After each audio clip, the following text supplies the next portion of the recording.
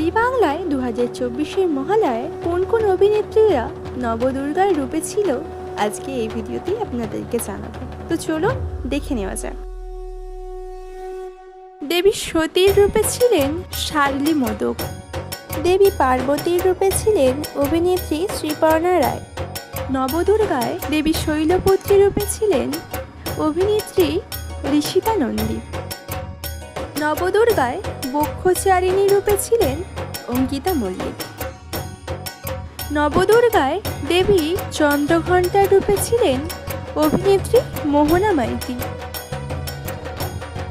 নবদুর্গায় দেবী কালরাত্রির রূপে ছিলেন অভিনেত্রী আয়াত্রিকা মাইতি। নবদুর্গায় মহাগৌরীর রূপে ছিলেন অভিনেত্রী স্বীকৃতি মজুমদার। নবদুর্গায় দেবী স্কন্দমাতার রূপে ছিলেন অভিনেত্রী শ্বেতা ভট্টাচার্য।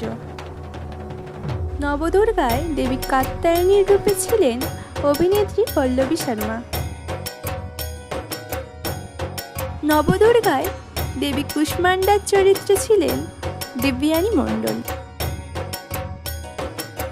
মহাদেবের রূপে ছিলেন অভিনেতা অভিষেক বসু। মহাদেব পুত্র কার্তিকের রূপে ছিলেন অভিনেতা আরুষ।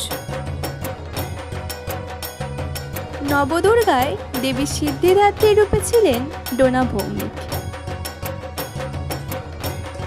নবদুর্গায় দেবী দুর্গা মহিষাসুর মর্দিনী রূপে ছিলেন অভিনেত্রী শুভশ্রী গাঙ্গুলি। তো বন্ধুরা, 2024-এর জি বাংলার মহালয়া আপনাদের কেমন লাগলো অবশ্যই কমেন্টে জানাবেন।